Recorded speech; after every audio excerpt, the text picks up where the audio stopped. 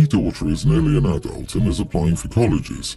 We have a college fund saved up for her that we've been adding to since she was an infant. It's a sizable chunk of money and many donations from family have gone into it and her own savings occasionally. We've always made it clear that the money is there for college only. She never had to put her savings in there. She has a separate savings account, but did so anyway. Her girlfriend lives in Australia and they're both huge Supernatural fans. They both wanted to go to a convention for years, at least 5 that I can remember. 2 of the main guys will be at a convention in Australia. She begged me to let her go. I said no, but the con is set for after her 18th. I can't stop her if she pays for it. I assumed she would use her savings. I checked the college account to add some in and noticed a chunk of money missing. I spoke to my daughter about it, and she admitted using the money to pay for the convention. She bought herself plane tickets, her girlfriend's plane tickets, other end of the country, and both of their con tickets, as well as booking a hotel. The con is 3 or 4 days, but she plans to stay for a couple of weeks and make a vacation out of it. All in all, she's taken about $10,000. I lost it, honestly. I demanded she cancel, which fell on deaf ears. I tried to cancel for her, but she won't be refunded everything, so I'm hesitant. She's insisting that it's her money and she can do what she likes with it. She claims she still has enough for college, and this is a once-in-a-lifetime experience. I believe this has shown her extreme immaturity and inability to manage her future and money. I'm so furious that she would go and do this. I told her she could say goodbye to the rest of her college fund and have locked the account. I'm now the only person with access. She said she'll pay it back, but it seems unlikely. My wife thinks I'm being harsh and that she's right. She put at least $5,000 into the account herself, so she really only took $5,000, which my mother-in-law has since said she'll pay back. I think this teaches her she can pay her way out of messes. I was certain of my decision, but everyone was acting like I was the idiot.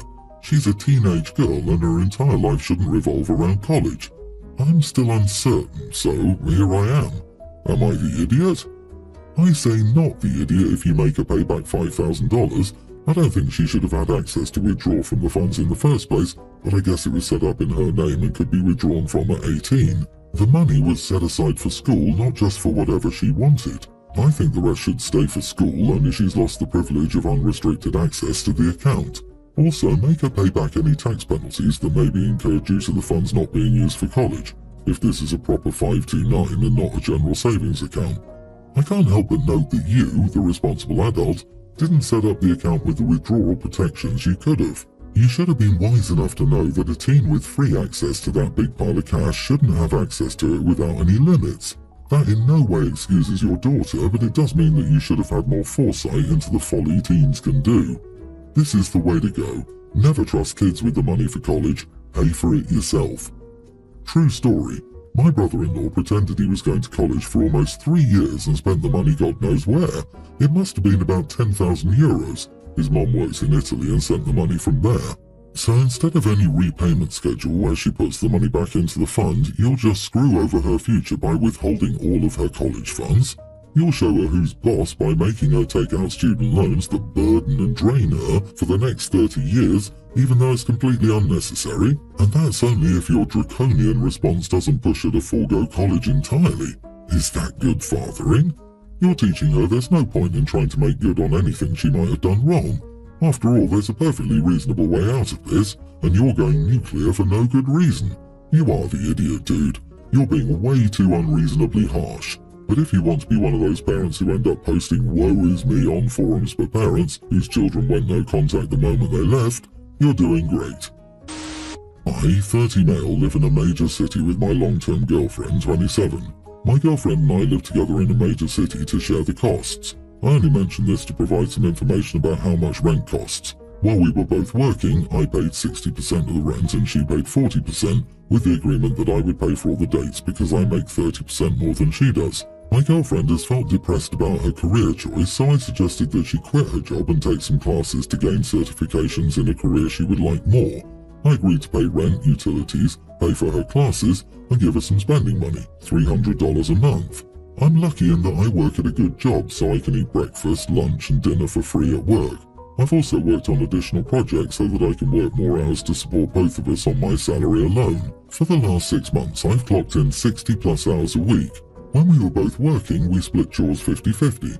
However, I find myself burning out during the week and unable to clean, And on the weekend, she wants to spend Saturday on dates with us, cleaning on Sunday together. We got into a bit of a row because I said that I was dying and I needed a day, Sunday, where I could just be alone or do something with my friends. She said she appreciates my help with her career change, but that since we both live in the apartment, we should both clean. I don't think it's fair since she's home much more than I am, and I make almost zero mess because I spend 60 plus hours a week at work.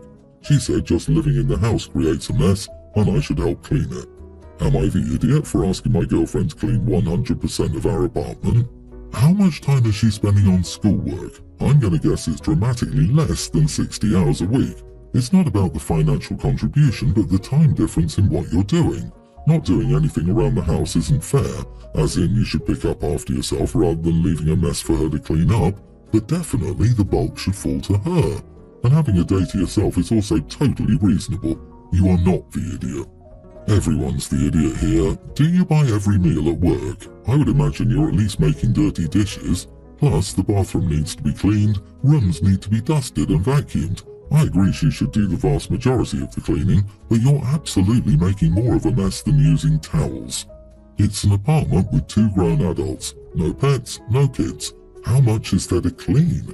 A vacuum, quick tidy, bathroom and kitchen wipe down should take at most an hour a week. I've been married for over 20 years. I've done stretches of 100% of the chores. I've done stretches of 50%, etc.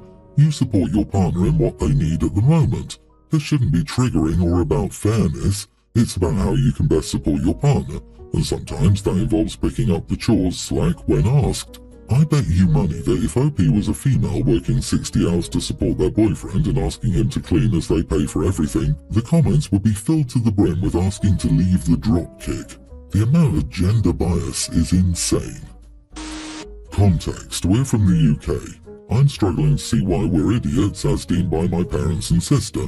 My husband, 42, and I, 40 female, have 2 daughters, Jane, 22, and Lisa, kindergartner.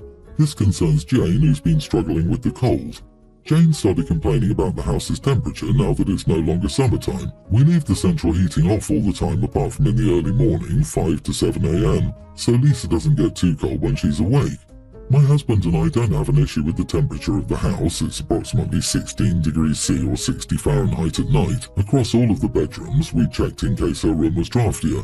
We don't feel it and don't see where Jane is coming from. Jane complains and says she wears multiple layers to bed and around the house while we're all asleep. So she asked if she could have access to the thermostat to switch the heating on at a higher temperature than 18 degrees C or 64 Fahrenheit, what we set it as. She wants to raise it to 21 degrees C or 69 degrees Fahrenheit, but we said no. She keeps complaining about wearing 4 layers to bed so she doesn't feel cold in the morning. Lisa said it wasn't cold when we asked her. My husband and I also don't feel the cold, so we said no to her asking and thought that would end it. It did not. We had dinner at my parents' house in which Jane commented about how warm and toasty her grandparents' house is. My parents were shocked that we didn't allow her access to the thermostat, and they tried to sway us into giving her access because it wasn't right for her to sleep in multiple layers.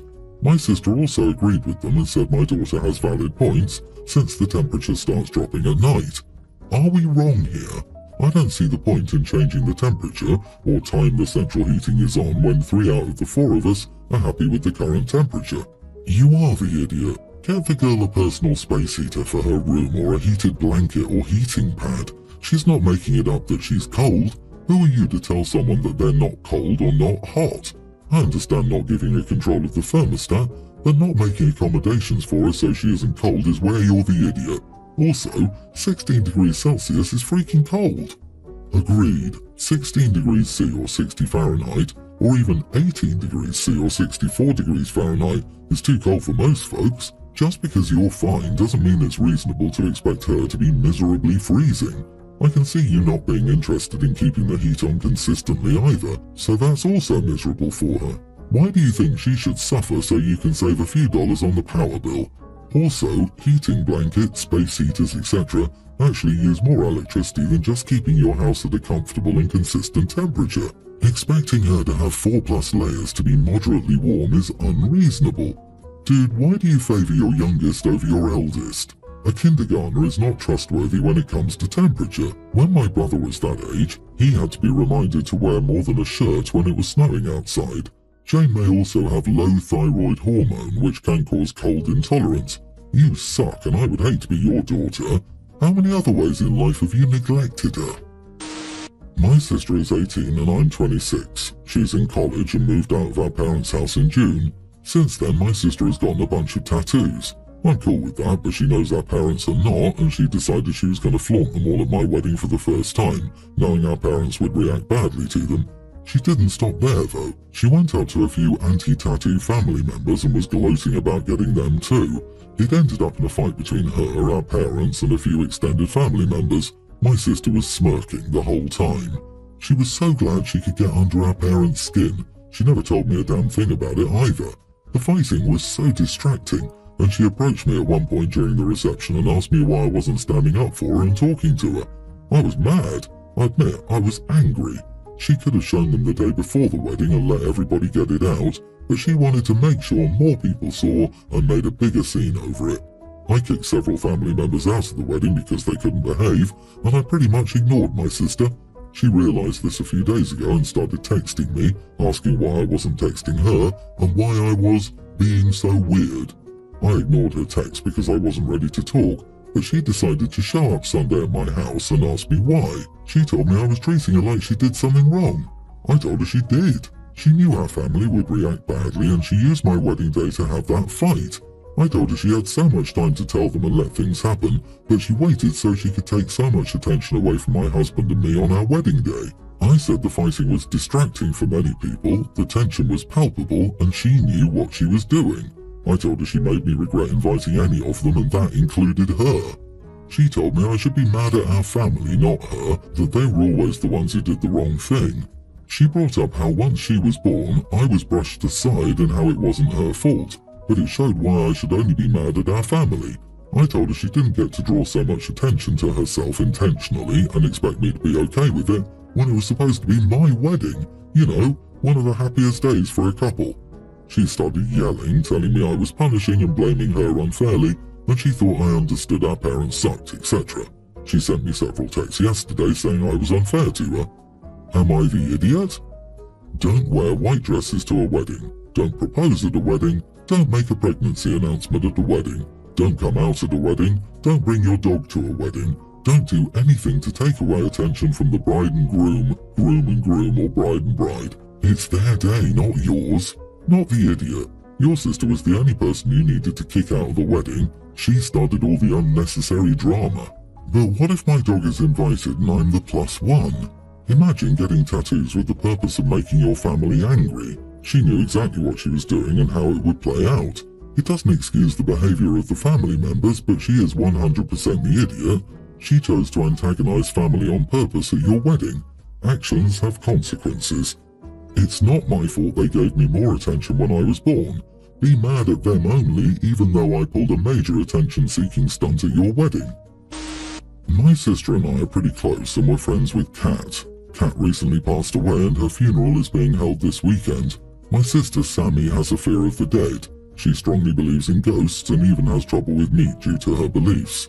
I called her and told her I could pick her up on Saturday since I knew she was having car trouble. She informed me she wouldn't be going. I asked why and she told me she couldn't be around a ghost. I asked if she was joking and told her she could just stand in the back, but everyone was expecting her to go. We're close friends with the family. I told her she needed to go or she would blow up all her relationships, including with me. She said that wouldn't happen, and I told her that her family would never forgive her, and I don't think I would either since we've known her for years. She hung up and I got a call from my mom for making her cry and being a jerk for telling her what would happen if she didn't go. I think she's not an idiot, but she needs therapy or something. That's an irrational fear there. You, I'm not sure. I think the fact that you said she will blow up all her relationships, including me, is the one that makes me want to go with you are the idiot. I don't know the family involved and maybe they won't forgive her, but you don't have to be like that. She's your sister. Why would you pressure someone to go to a funeral like that? Why do you feel so strongly about it?